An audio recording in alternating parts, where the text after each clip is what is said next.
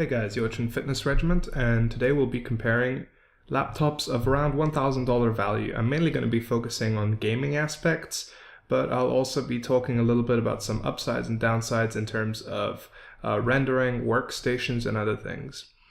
Now, we're going to start with what I believe to be the weakest, and we're going to work ourselves to the most powerful laptops. So we've got a couple of Lenovo's, an Asus, an Acer, and an MSI.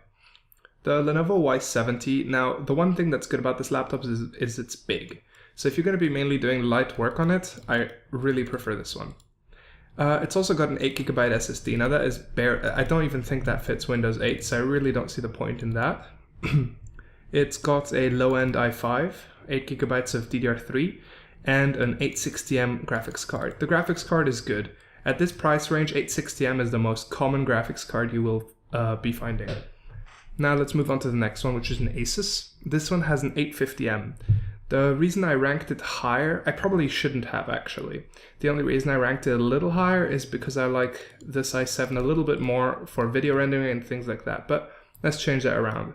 The Lenovo is definitely more powerful than the Asus in terms of gaming. When we go to the Lenovo Y50, it's still an 860M, but it comes with a nice i7 and it's exactly the same price as the other two, so I would highly prefer this one over the first two, even though it has got a slightly smaller screen. These all come with 8GB of RAM, a 1TB HDD, and 8GB SSD. For the Acer Aspire, this is a laptop that's not really purchased as much as the others, and it's one that I haven't really heard about, and it hasn't been marketed much. But I do like the fact that it's got a higher end i7, and it's basically the same as the Lenovo, so it really depends what you want to go for. It's about $50 cheaper, and it's basically the same specs. Now the MSI, on the other hand, this is one of my favorite laptops, just because the keyboard's much nicer. It is 15-inch, but it's got a nice i7. It's got 8GB of DDR3L, which is...